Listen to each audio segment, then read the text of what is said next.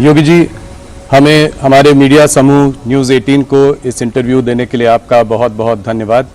आप बहुत दिनों बाद मीडिया से बात कर रहे हैं, दूसरी पारी में पहली बार। मैं एक अलग रुख देख रहा हूं इस बार मुख्यमंत्री का। एक नई उत्साह है, एक नई उमंग है, और मैं ये देख रहा हूं कि इस बार इकोनॉमी पे बहुत बड़ा फोकस है, इस बार रिफॉर्म्स पर फोकस है। और आपने बहुत मेहनत की है पिछले कुछ महीनों में ग्लोबल इन्वेस्टर्स समिट करने की, जो कि अभी कुछ ही दिनों में होने वाला है। तो मेरा पहला सवाल ये है कि $1 ट्रिलियन इकोनॉमी, जिसको कि अगर मैं थोड़ा सिंप्लीफाई करूं अपने क्या कहते हैं दर्शकों के लिए, तो करीब 80 लाख करोड़ से ज़्यादा की इकोनॉमी, ये आप 4 साल में करना चाह रहे हैं, 2027 तक करना चाह रहे हैं। कैसे कर पाएंगे ये सब? राहुल जी, मैं धन्यवाद देता हूं आपको कि आप यहाँ पर आज आए हैं और उत्तर प्रदेश के विकास की इस यात्रा को अपने दर्शकों तक पहुँचाना चाहते हैं। देखिए, उत्तर प्रदेश ने प्रधानमंत्री मोदी जी के नेतृत्व में पिछले लगभग 6 वर्षों में अपनी विकास दर को दोगुना किया है। जीडीपी दुगनी हुई है, पर कैपिटा इनकम दुगनी हुई है।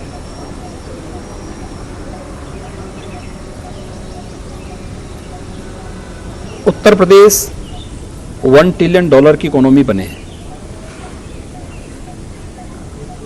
प्रधानमंत्री मोदी जी ने पहले जो यूपी का जो फर्स्ट इन्वेस्टर समिट था फरवरी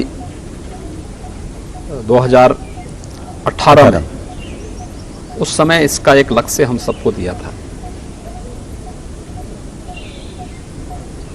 इन्वेस्टर समिट के उन कार्यक्रमों को व्यवस्थित ढंग से आगे बढ़ाने के लिए हम लोगों ने कार्य प्रारंभ किया। इसी दौरान वैश्विक महामारी कोरोना आ गई। कोरोना के कारण बहुत सारी चीज़ें ऐसी थी जो आगे बढ़ नहीं पाई। उसने इकोनॉमी को भी काफ़ी हद तक उसके मार्ग में एक बाधा खड़ी की थी। लेकिन अब कोरोना से लगभग उत्तर प्रदेश भी, देश भी उभर चुका है। अब हमारे सामने था कि हम इसके लिए क्या नया प्रयास प्रारंभ करें। और अगर वास्तव में यूपी जैसे स्टेट की 25 करोड़ जनता के जीवन में परिवर्तन लाना है, अगर भारत को प्रधानमंत्री जी के विजन के अनुरूप $5 ट्रिलियन की इकोनॉमी बनानी है, तो उत्तर प्रदेश को अपना रोल उसमें अदा करना पड़ेगा। इसके लिए व्यापक रिफॉर्म किए गए। उन सेक्टर्स की पहचान हुई जिनमें यहां पे निवेश हो सकता था। 25 ऐसे सेक्टर निकले, उनकी पॉलिसी बनाई गई।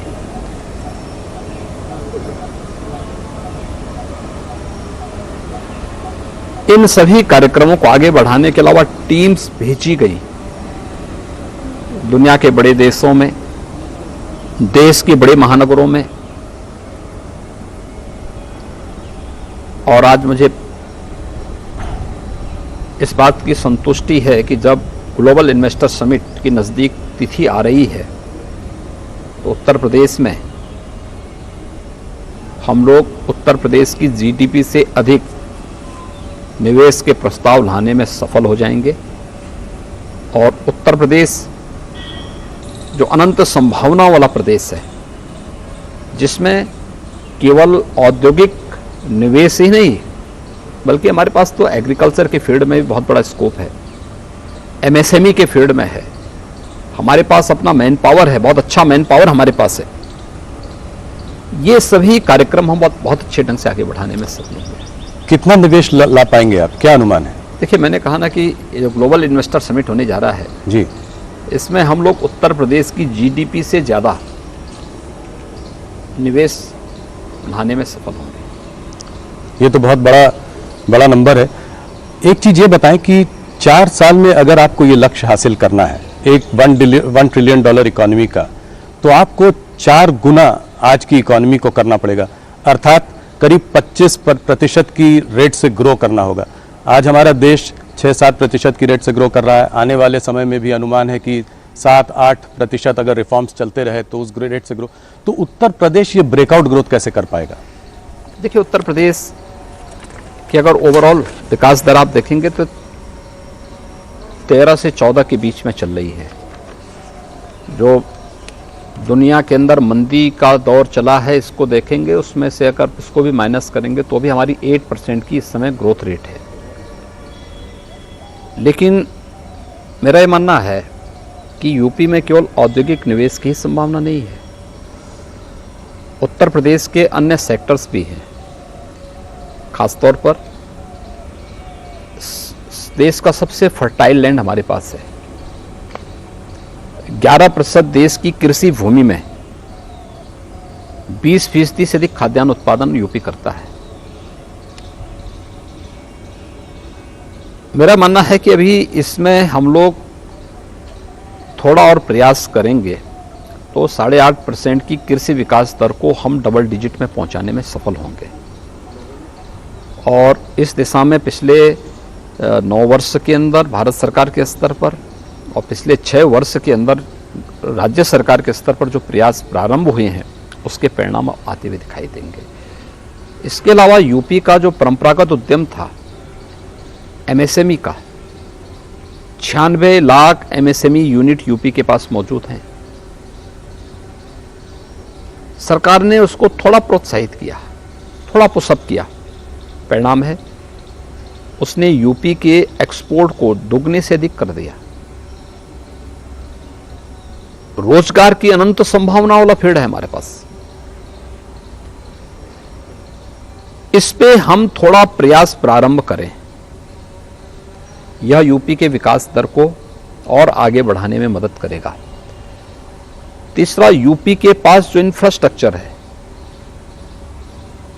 एनसीआर से सटा हुआ है, जुड़ा हुआ है, लेकिन ईस्टर्न पार्ट को जोड़ने के लिए, बुंदेलखंड को जोड़ने के लिए, वेस्टर्न, ईस्टर्न और सेंट्रल पार्ट को जोड़ने के लिए जो कनेक्टिविटी है, एयरपोर्ट्स के निर्माण जो पिछले 6 वर्ष के अंदर यूपी के अंदर हुए हैं जी, या इंटरस्टेट कनेक्टिविटी जिस प्रकार से उसका स्ट्रेंथन हुआ है, लैंड लॉक्ड स्टेट से हट करके आज हमारे पास पूर्वी बंदरगाह से जुड़ने के लिए देश का वाटरवे नंबर 1 आज यूपी के पास मौजूद है। एक्सप्रेस हाईवे का जो जाल यूपी के अंदर पिछले 6-7 वर्षों के अंदर बिछा है, ये सभी चीजें यूपी की इकोनॉमी को समयबद्ध तरीके से आगे बढ़ाने और अपने लक्ष्य को प्राप्त करने का एक अवसर देता है। अगले 4 साल में आपको क्या लगता है कितनी नौकरियां दे पाएंगे आप यहाँ पे? ये एक देखिए, मुद्दा भी रहा है पहले। अभी हम लोगों ने पिछले 6 वर्ष के अंदर 5 लाख से अधिक सरकारी नौकरी दी जी। एमएसएमई और विश्वकर्मा श्रम सम्मान के माध्यम से हम लोगों ने प्रदेश के अंदर 1,61,000 से अधिक यूथ को उसके साथ जोड़ने में हमें मदद मिली।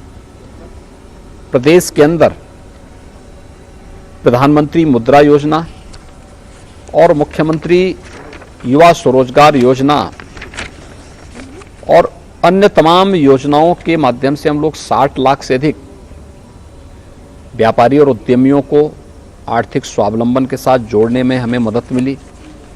यह हमारे पिछले 5-6 वर्षों का है। अगले 6 वर्ष के अंदर जिस प्रकार से लोगों ने और दुनिया के उद्यमी और निवेशकों ने यूपी में रुचि ली है, अगर इन सब के परिणाम अगर आप देखेंगे तो मेरा ये मानना है कि यूपी लाखों नौजवानों को नौकरी की सुविधा यहाँ पर देने में सफल होगा।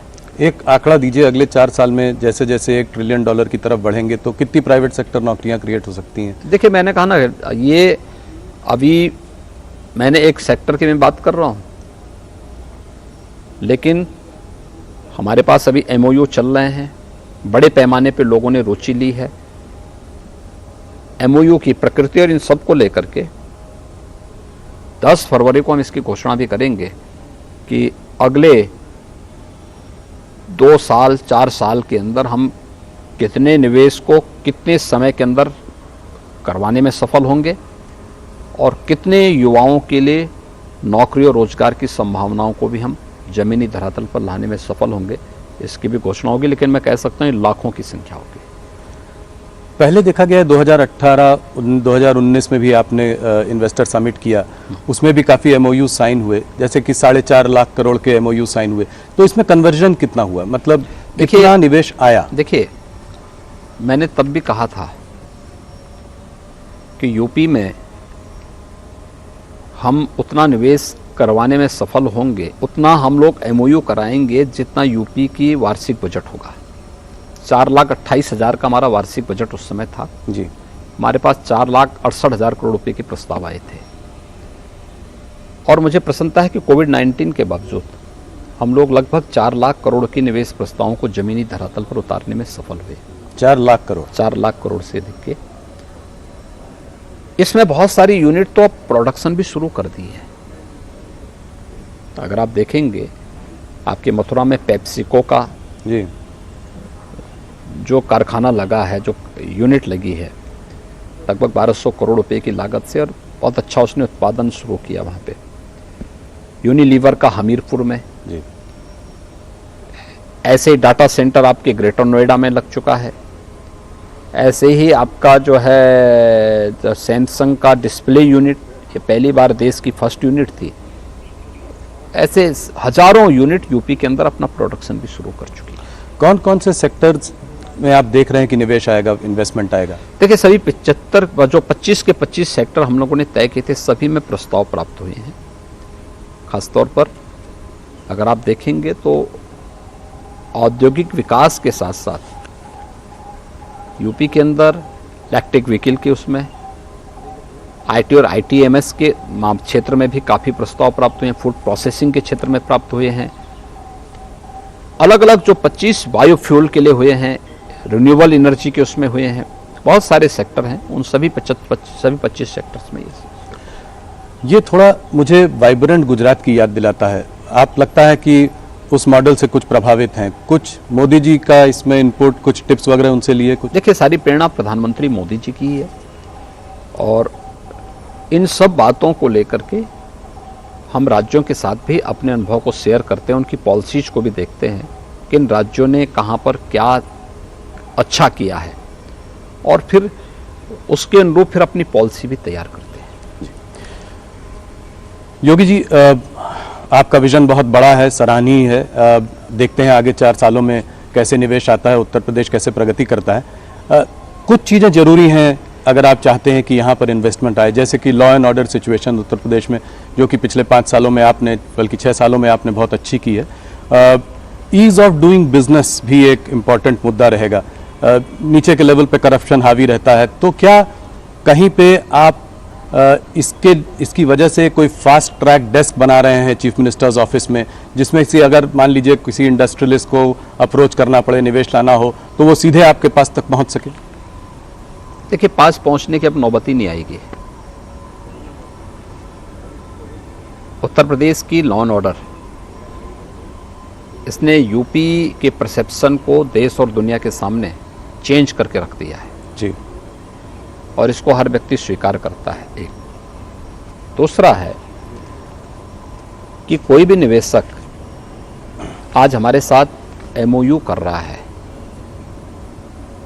तो हमने उसको सिंगल विंडो प्लेटफॉर्म उपलब्ध करवाया है, जहां पे 350 से अधिक क्लियरेंस उसको एक साथ एक प्लेटफॉर्म में उपलब्ध हो जाएंगे बिना किसी मानवीय हस्तक्षेप के।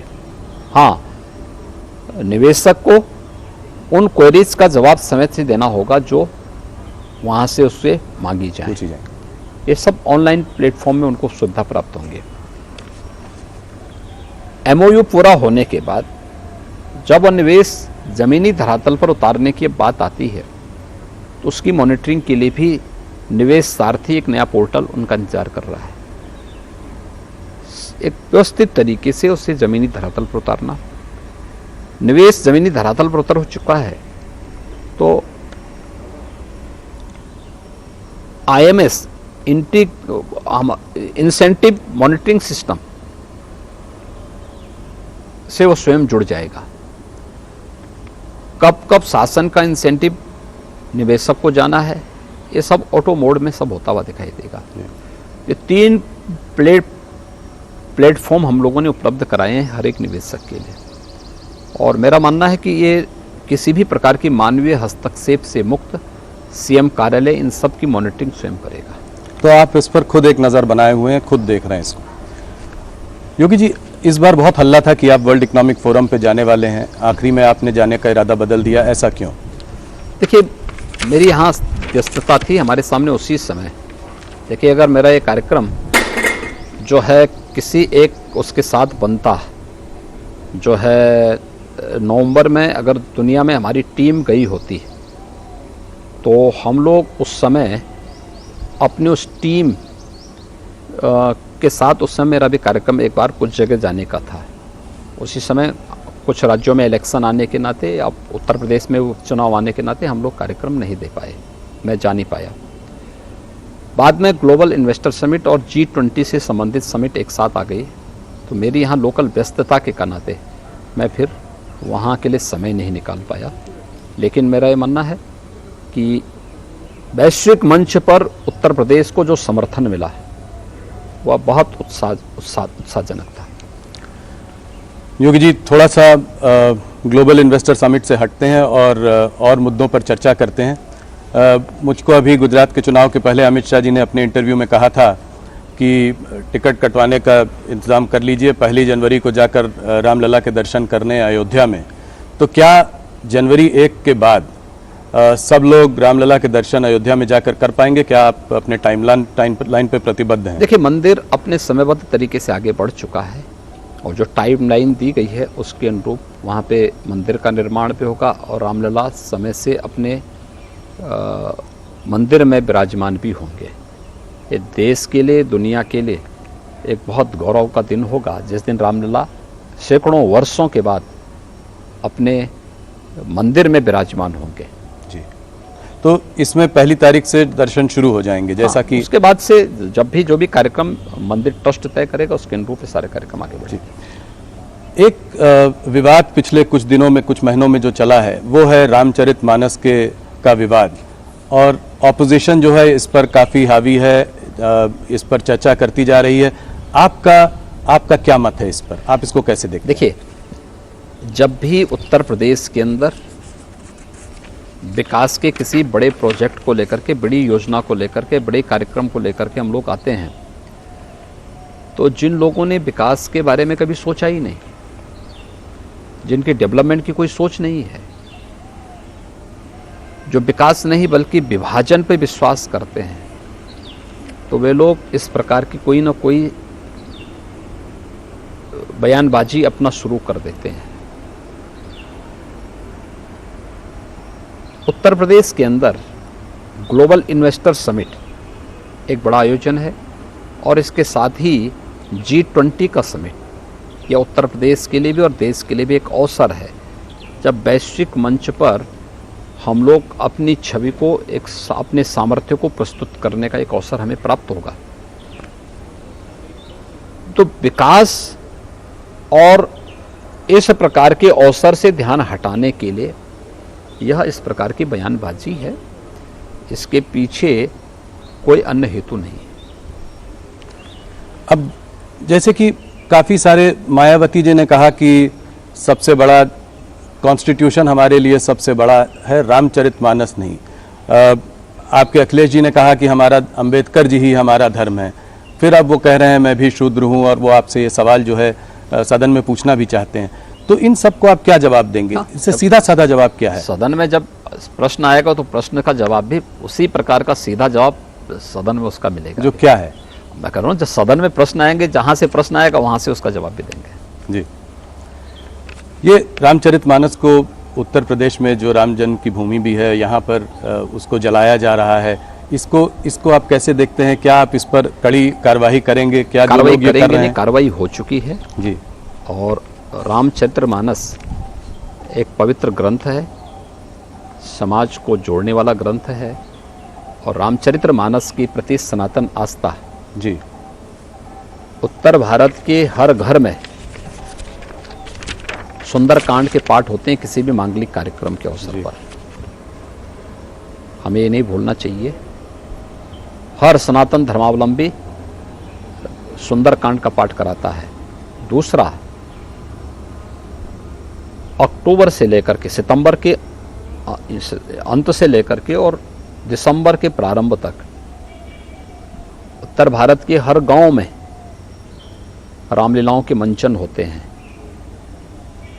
रामलीलाओं का मंचन की शुरुआत भी संत तुलसीदास जी ने की थी। रामलीलाएं पूरे गांवों को जोड़ती हैं और जिन लोगों को रामचरितमानस के इस भाव के बारे में जानकारी होती ना, वे लोग इस प्रकार के प्रश्न नहीं उठाते। आखिर उसी रामचरितमानस में निषाद राज का भी चित्रण है और उसी रामचरितमानस में सबरी का भी चित्रण है जी। तो बुद्धि का फेर है। पर राजनीति में बैकवर्ड वोट्स को गैल्वनाइज करने का एक ये तरीका भी हो सकता है। देखिए, उत्तर प्रदेश की जनता बहुत विभाजन झेल चुकी है और विभाजन के कारण पहचान का संकट भी देख चुकी है। उत्तर प्रदेश की जनता अब बार बार विभाजनकारी ताकतों को ठुकराई है। 14 में ठुकराया, 17 में ठुकराया, 19 में ठुकराया और 22 में भी जवाब दे चुकी है जी। इसलिए अब कोई गुंजाइश नहीं बची है। वो लोग कितना भी माथापच्ची कर लें, उसके लिए कोई गुंजाइश नहीं बची है। आपने तमाम चुनाव की बात की तो 2014 में 71 सीट लेकर बीजेपी यहां आई थी, 2019 में 63 सीट, 2024 में आप कितनी सीट देखते हैं? देखिए, 2024 में भारतीय जनता पार्टी 2019 से ज़्यादा सीटें यहाँ पाएगी और बेहतर परिणाम देगी। 2014 की 71 सीट का रिकॉर्ड ब्रेक कर सकती है? मैंने कहा ना, बेहतर परिणाम हम यूपी से देंगे। अच्छा, तो ये कैसे आपको लगता है? मान लीजिए कि सारी पार्टियां साथ एकजुट हो जाएं और एक ही कैंडिडेट आपके खिलाफ खड़ा करें तो क्या होगा? ये 19 में हो चुका है। ऐसा है नहीं कि कोई नया हो रहा है, 19 में सब हो चुका है। ये सारा प्रयोग हो चुके हैं यूपी में। एक कास्ट सेंसस की डिमांड आई है जो कि काफी प्रदेश देख भी रहे हैं, बिहार में काम शुरू भी हो गया है। यहाँ पे उत्तर प्रदेश में अभी तक कुछ इस पर वो नहीं हुई, आप इसको कैसे देखते हैं? क्या करेंगे आप? ये सेंसस की कार्रवाई राज्य सरकार नहीं कराती, भारत जनगणना आयोग कराता है और जो भी उनकी अपनी गाइडलाइन होगी, जो भी उनके कार्यक्रम होंगे, राज्य सरकार उसके अनुसार चलेगी और राज्य सरकार उसी आधार पर अपने कार्यक्रम का। पर क्या आप उसके सपोर्ट में हैं? मैंने कहा ना, जो भी भारत सरकार तय करेगी और जनगणना आयोग तय करेगा, हम उसके साथ में हैं। आपके डिप्टी सीएम केशव मौर्य ने कहा है कि वो इसका समर्थन करते हैं, इस वजह से ही किस संदर्भ में है, मेरी इस संबंध पर चर्चा नहीं हो पाई। आने वाले समय में कुछ इम्पोर्टेंट राज्य के चुनाव आने वाले हैं और मैं ये सवाल आपसे इसलिए पूछ रहा हूँ क्योंकि आप स्टार कैंपेनर हैं, आप अलग अलग प्रदेशों में जाते हैं भारतीय जनता पार्टी के लिए कैंपेन करने। तो आप कर्नाटका में, मध्य प्रदेश में, राजस्थान में और छत्तीसगढ़ में जो चार बड़े प्रदेशों में जो चुनाव हो रहा है, इसमें आप भारतीय जनता पार्टी के प्रोस्पेक्ट्स को कैसे देखते हैं? देखिए, भारतीय जनता पार्टी की जहां भी सरकारें हैं, उन्होंने बहुत अच्छा प्रदर्शन किया है। बिना भेदभाव के योजनाओं का लाभ समाज के हर तबके तक पहुंचाया है। दूसरा, भारतीय जनता पार्टी का मतलब डबल इंजन की सरकार। तब शासन की गति मीटर गेज की नहीं होती, बुलेट ट्रेन की होती है और यह भारतीय जनता पार्टी शासित राज्यों में देखने को मिलता है। वहाँ विकास के कार्य हों, वहाँ पर लोक कल्याणकारी योजनाओं को जमीनी धरातल पर उतारने का हो या गरीब कल्याणकारी योजनाओं का लाभ हो, समाज के प्रत्येक तबके को बिना भेदभाव के प्राप्त होती हैं, हो रही हैं और ये चीज़ें हमें बहुत अच्छे ढंग से वहाँ देखने को मिलती है। कर्नाटका में थोड़ा बहुत ऑपोजिशन देखा जा रहा है कि कुछ समय से थोड़ी प्रबल है, जैसे कि कर्नाटका में भारतीय जनता पार्टी की सिचुएशन उतनी अच्छी नहीं लग रही है।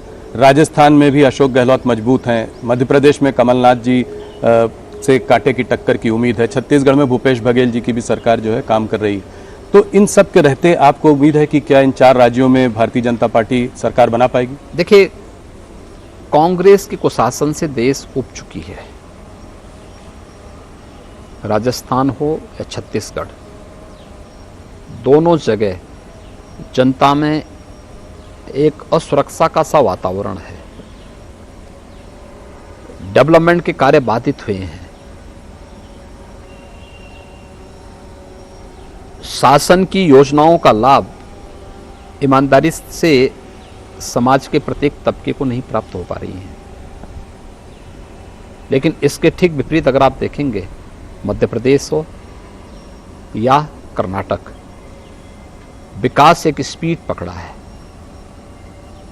और मैंने कहा ना कि जब सेंट्रल में जिस विचारधारा की सरकार है वही उसी पार्टी की सरकार राज्य में है, तो विकास की दर दुगनी होती है, कई गुना बढ़ती है। तो डबल इंजन की सरकार का लाभ न केवल इंफ्रास्ट्रक्चर में बल्कि विकास की हर योजना के साथ साथ लोक कल्याणकारी और गरीब कल्याणकारी योजनाओं के साथ भी जुड़ती हुई दिखाई देती है। और भारतीय जनता पार्टी शासित दोनों राज्यों में ये सब लाभ बहुत स्पष्ट रूप से देख सकते हैं। इससे जुड़ा हुआ सवाल है राहुल गांधी की भारत जोड़ो यात्रा। इस यात्रा का क्या असर पड़ा है पूरे देश में? क्या इससे राहुल जी की छवि में कोई अंतर पड़ा है? राहुल जी भारत जोड़ो की बात कर रहे हैं, उनका एक ये रहा है कि नफरत के बाजार में हमें एक मोहब्बत की दुकान खोलनी है। तो सीधा सीधा निशाना आप लोगों पर है, ये कहकर कि आप लोग नफरत फैला रहे हैं। आप इसके बारे में क्या कहें? 1947 से क्या कर रहे हैं लोग? इस देश में जाति के आधार पर, मत और मजहब के आधार पर, क्षेत्र और भाषा के आधार पर ये विभाजन तो कांग्रेस की ही देन है। तो जो उन्हें विरासत में मिला है वही तो देश को दे रहे हैं। उन लोगों ने तो वही किया है, तो स्वाभाविक रूप से वही काम कर रहे हैं। देखिए, राहुल जी जो हैं अपनी नकारात्मकता को छोड़ते ना तो उसका लाभ कांग्रेस को मिलता है, लेकिन नकारात्मकता उनकी सारी उपलब्धियों पे पानी फेर देती है। तो आपको लगता नहीं है कि भारत जोड़ो यात्रा का कुछ प्रदेशों पे कोई असर रहा है? जैसे कर्नाटका हो गया, हरियाणा हो गया, इन सब प्रदेशों पे कोई? देखिए, किसी भी कार्यक्रम में भीड़ की उपस्थिति से आप उसकी सफलता को नहीं मान सकते। कॉमन मैन ने उसको किस रूप में लिया है, इसके अलावा और कितनी दूर तक, कितनी देर तक उसका इम्पैक्ट होगा, ये भी उस पर निर्भर करता है। उस पार्टी का अपना विषय, अपना एजेंडा होगा, अपना उसको करने के लिए पूरी तरह स्वतंत्र है। लेकिन उनको देश के सामने ये भी बताना चाहिए कि उसका उद्देश्य है क्या। अयोध्या में राम मंदिर का काम अब करीब करीब पूरा होने वाला है, तो अब अगला काशी और मथुरा को आप कैसे देखते हैं? मैं इसलिए सवाल पूछ रहा हूं क्योंकि अब ये सरकार यहाँ और 4 साल है, तो काशी मथुरा का आपकी सरकार का क्या रवैया रहेगा? देखिए, काशी में आप देख रहे हैं, काशी में काशी विश्वनाथ धाम बन गया है जी। आज काशी एक नए कलेवर के रूप में पूरी दुनिया के आकर्षण का केंद्र बनी हुई है। और आदरणीय प्रधानमंत्री जी स्वयं काशी से देश की संसद में प्रतिनिधित्व करते हैं जी। मथुरा में ब्रज तीर्थ विकास परिषद विकास के कार्यक्रमों को तेजी के साथ आगे बढ़ा रही है। तो वहाँ के आध्यात्मिक और सांस्कृतिक विरासत का संरक्षण करते हुए उसके भौतिक विकास के लिए सभी प्रकार के कार्यक्रम सरकार चला रही है। और केवल उन्हीं स्थलों के लिए नहीं है, हम तो विंध्यवासिनी धाम में भी काम कर रहे हैं, हम लोग सुख तीर्थ में भी काम कर रहे हैं, हम लोग नैमिष सारण्य में भी काम कर रहे हैं, और अन्य सभी धार्मिक स्थलों में बौद्ध जो है परिपथ पे भी यूपी के अंदर कार्य हो रहा है। महर्षि वाल्मीकि के लालापुर में भी काम हो रहा है, संत तुलसीदास जी के राजापुर में भी हमारे कार्यक्रम चल रहे हैं। ये सभी हर जगह के समग्र विकास के लिए कार्यक्रम। तो आपको लगता है कि यहाँ पे भी जल्दी ही कार्य जो है कंक्लूड होगा, आपके इस कार्यकाल में ये बात आगे बढ़ेगी? देखिए, सभी काम अच्छे ढंग से आगे बढ़ रहे हैं और जन भावनाओं का सम्मान करते हुए, आस्था का सम्मान करते हुए इसे आगे बढ़ाया जा रहा है। एक सवाल मैं और आपसे पूछना चाह रहा हूँ, और ये इसलिए भी ज़रूरी है क्योंकि आप जो है खुद भी फिल्म इंडस्ट्री को यूपी में लाना चाह रहे हैं और आप इस बारे में काफ़ी सालों से बात कर रहे हैं। सुनील शेट्टी जी ने आपसे मुंबई में ये सवाल रखा भी था, ये एक बॉयकॉट कल्चर का सवाल। अब जैसे बेशरम रंग पठान जो फिल्म आई थी उसके चारों तरफ काफ़ी विवाद रहा। आप इसको कैसे देखते हैं, इस बॉयकॉट कल्चर को कैसे देखते हैं? आपकी क्या मैसेज है बॉलीवुड को? देखिए, किसी भी कलाकार और साहित्यकार का या जिसके पास कोई विशिष्ट उसके पास कोई भी इस प्रकार की कोई उपलब्धि है तो उसका सम्मान होना चाहिए, और हम उन सभी का सम्मान करते हैं। उत्तर प्रदेश ने फिल्म के लिए अपनी पॉलिसी भी बनाई है, और यहाँ पे बहुत सारी फिल्में, पहले की तुलना में ज़्यादा फिल्में यहाँ पर आज उनका निर्माण हो रहा है, उसके बारे में तमाम कार्यक्रम चल भी रहे हैं। हाँ, ये फिल्म डायरेक्टर को भी ध्यान रखना होगा कि कोई फिल्म बनाते समय भूलवश कोई घटना होती हो तो अलग विषय है, लेकिन जानबूझ करके कुछ इस प्रकार के सीन न दें जो कहीं विवाद को जन्म देते हो और जन भावनाओं को आहत करते हो। नहीं, सही बात। एक और मुद्दा है जो कि जिस पर आपसे मैं सवाल पूछना चाह रहा था, सीधा सवाल है मेरा। Prohibition of unlawful religious conversion act जो है, उस पर आप लोगों की क्या प्रतिक्रिया है? मैंने देखा है कि यहाँ पे एक उसको सज़ा भी हुई है कन्वर्जन के लिए, काफ़ी सारे केसेस भी रजिस्टर हुए हैं, मगर मेरा एक लार्जर बड़ा सवाल है जो कि मैं आपसे अक्सर विवाद करता भी रहता हूँ कि इस कन्वर्जन की इस मुद्दे से आप लोग इतना जुड़े हुए क्यों हैं? ये तो रिलीजियस प्रैक्टिस, हम चाहे जो रिलीजन को प्रैक्टिस करना चाहें हम कर सकते हैं, तो ये कन्वर्जन का मुद्दा जो है इतना अहम क्यों? हर व्यक्ति को अपने अनुसार अपनी उपासना विधि चुनने का अधिकार है जी। इसमें किसी प्रकार का कोई बंधन भी नहीं है, लेकिन लोभ से, लालच से, छल छद्म से ये करने का किसी को अधिकार नहीं है। एक दूसरा, रिलीजियस डेमोग्राफी एक सच्चाई है, इसे भी हमें स्वीकार करना होगा, और अगर ये सच्चाई नहीं होती तो 1947 में देश का दुर्भाग्यपूर्ण विभाजन भी नहीं होता है। तो डेमोग्राफिक इम्बैलेंस को कैसे करेक्ट करेंगे? ये इसके लिए कोई लॉ लाने की बात है? हमारे यहाँ ऑलरेडी एक्ट बन चुका है। हम 20 में एक एक्ट बना चुके हैं जी। यूपी गवर्नमेंट इस संबंध में अपना एक्ट बना चुकी है और उसको लागू भी कर चुकी है, उसी में सजा हो रही है। जिससे आपको लगता है कि आने वाले समय में ये डेमोग्राफिक इम्बैलेंस ठीक मैंने कहा ना, ये सभी चीजें हम लोग पहले से इसके बारे में सतर्क होकर के अपना कानून बना चुके हैं, हम उसको लागू भी कर चुके हैं। योगी जी, मैं आपसे इस बारे में भी पहले भी चर्चा कर चुका हूं। मैंने आपसे सवाल किया था कि आपका मुसलमानों से क्या रिश्ता है। मैं उसी सवाल को थोड़ा आगे ले जाना चाहता हूं कि मुसलमानों को आप कैसे जोड़ेंगे अपने साथ? मोदी जी भी आजकल कोशिश कर रहे हैं कि जो है पासमानदा मुसलमानों को जो है अपने साथ जोड़ा जाए। ये भी गरीब वर्ग है, पिछड़ा हुआ वर्ग है, इसको भी अपने संग जोड़ा जाए। तो आप इनको कैसे जोड़ेंगे? देखिए, किसी को जोड़ने के लिए व्यक्ति, जाति, मत और मजहब नहीं, बल्कि शासन की योजनाओं के माध्यम से उनके साथ सीधे संवाद का कार्यक्रम।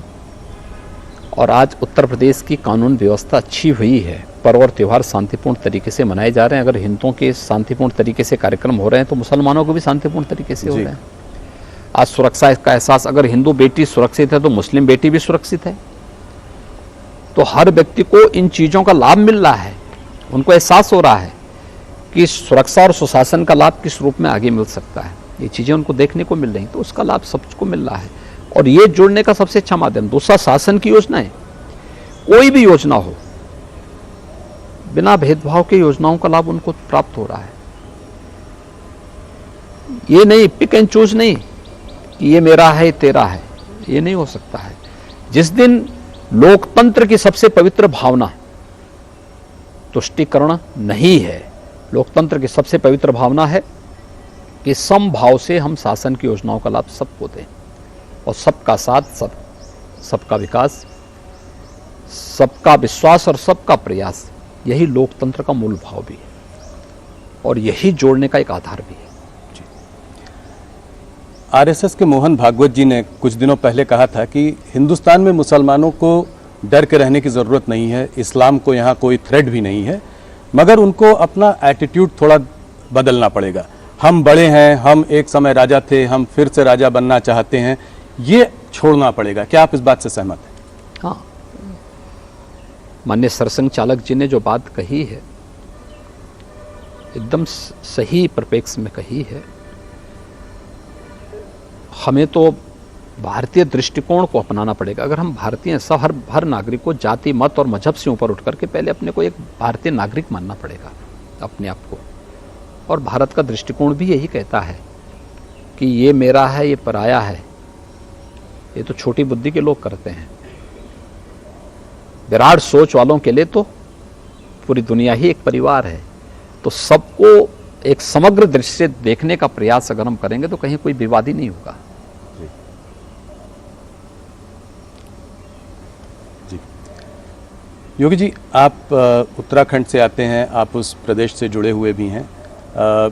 आप ये जोशी मठ को कैसे देखते हैं? क्या केदारनाथ बद्रीनाथ में लोग दर्शन करने जाते हैं, भीड़ बहुत आती है, तो क्या वहाँ पे जो रोड बनाने में, डैम्स बनाने में, इन सब चीज़ों को बनाने में क्या हम अपने पहाड़ों को कमज़ोर कर रहे हैं? क्या हल देखते हैं इसका आप आगे? देखिए, केंद्र और राज्य शासन वहाँ के लिए अपनी कार्य योजना बनाई है और उसको प्रभावी ढंग से लागू भी कर रही है। मुझे इधर जोशीमठ जाने का अवसर नहीं मिला है, लेकिन हम लोगों को स्वयं भी, जो सभी लोगों को इस बारे में देखना होगा कि डेवलपमेंट कहीं हो, पहाड़ में हो या मैदान में हो, अनियोजित और अवैज्ञानिक जब भी होगा तो उसके दुष्परिणाम से कोई वंचित नहीं रहेगा। हम लोग बहुत बार देखते हैं नदी के कैचमेंट एरिया में बहुत सारे लोग बस जाते हैं जी, लेकिन नदी तो अपना रुख कभी ना कभी बदलेगी। तो सबसे ज़्यादा जनहानि और धनहानि उस समय होती है जब कैचमेंट एरिया में विकराल रूप नदी का देखने को मिलता है। तो प्रकृति के साथ खिलवाड़ जब भी होगा तो उसके दुष्परिणामों से मानवता अपने को अलग नहीं कर सकती है। जी, एक और विवाद हाल में जो चल रहा है, उपराष्ट्रपति और कानून मंत्री ने कोलिजियम सिस्टम जो जजेस की नियुक्ति के लिए होता है उसमें लैक ऑफ ट्रांसपेरेंसी की बात करी है। आप इसको कैसे देखते हैं? देखिए, इसमें माननीय कानून मंत्री और महामहिम उपराष्ट्रपति जी का बयान स्पष्ट आ चुका है। मुझे लगता है कि मुझे बीच में बोलने की कोई आवश्यकता है भी नहीं और मेरे वक्तव्य को बीच में डालने की कोई मतलब भी नहीं होता है इस प्रकार के मामलों में। अब पिछले 5-6 सालों में जो है 370 भी, आपके जो कुछ मुद्दे थे, राम जन्मभूमि का मुद्दा था, 370, ये सब हो चुका है। अब एक बड़ा मुद्दा जो बचा है वो है यूनिफॉर्म सिविल कोड का मुद्दा। तो इसका अगले कुछ सालों में आप कैसे देखते हैं कि इसका रोड अहेड क्या है इसके लिए? देखिए, उसमें कॉमन सिविल कोड, इस संबंध में अलग अलग राज्य सरकारों के द्वारा अपने अपने यहाँ कमेटियां गठित की गई हैं। जैसे उत्तर प्रदेश के लिए हमारा लॉ कमीशन इसको देख रहा है। उसकी सिफारिश जब शासन को आएगी, सरकार उस पर जरूर विचार करेगी, लेकिन अभी तो उनको उस पर सभी पक्षों को लेकर के, सभी चीज़ों को लेकर के लोग अभी विचार करेंगे उस पर। तो उसी के बाद कुछ होगा यहाँ? हाँ, जो भी निर्णय लेना होगा उसके बाद फिर निर्णय करेंगे। योगी जी, आप राम जन्मभूमि आंदोलन से बहुत पहले से जुड़े हुए हैं। कुछ लोगों का मानना यह है कि इस बार मुलायम सिंह यादव जी को, स्वर्गीय मुलायम सिंह जी को जो पद्म विभूषण दिया गया, कार सेवकों पे 1990 में उन्होंने गोली चलाने के आदेश वगैरह दिए थे, तो इसको आप कैसे देखते हैं? देखिए, हर एक व्यक्ति के जीवन में उसके सकारात्मक पक्ष भी होंगे, कुछ नकारात्मक पक्ष भी होंगे। लोक सेवा में एक लंबे कालखंड तक उनके द्वारा किए गए योगदान के लिए उन्हें पद्म पुरस्कार से सम्मानित किया गया है। लेकिन इस समाजवादी पार्टी के लिए एक अवसर था कि जब वह प्रधानमंत्री जी और भारत सरकार के प्रति कृतज्ञता ज्ञापित करते हैं, लेकिन समाजवादी पार्टी की डिक्शनरी में कहीं कृतज्ञता शब्द है ही नहीं, धन्यवाद शब्द है ही नहीं।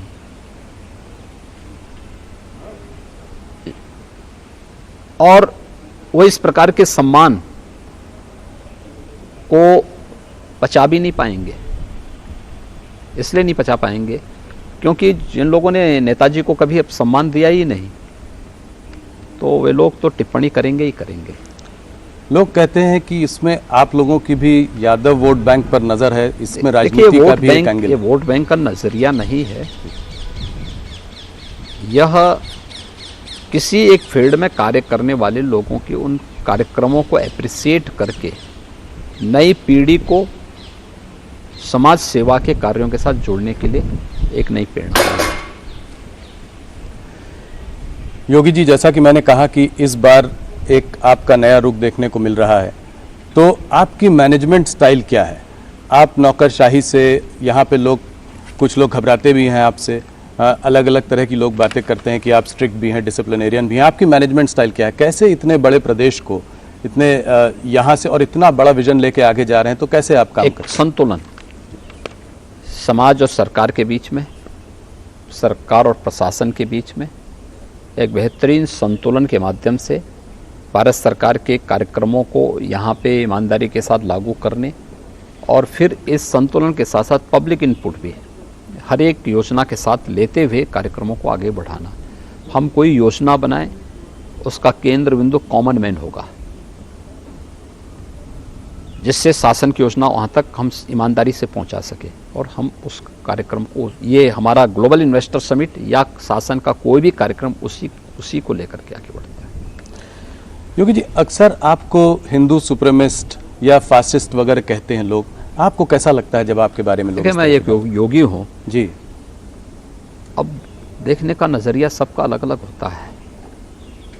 जो चीज़ें मुझे अच्छी लगती होंगी, आवश्यक नहीं कि वो चीज़ें सबको अच्छी लगती होंगी, और मुझे अपनी बात थोपनी भी नहीं चाहिए किसी पे। तो अगर उनको ये लगता है तो मैं तो वही हूँ जो मैं हूँ, लोग मुझे जिस रूप में जानते हैं। योगी जी, लोग आपकी पूजा भी करते हैं, लोग आपको कोसते भी हैं।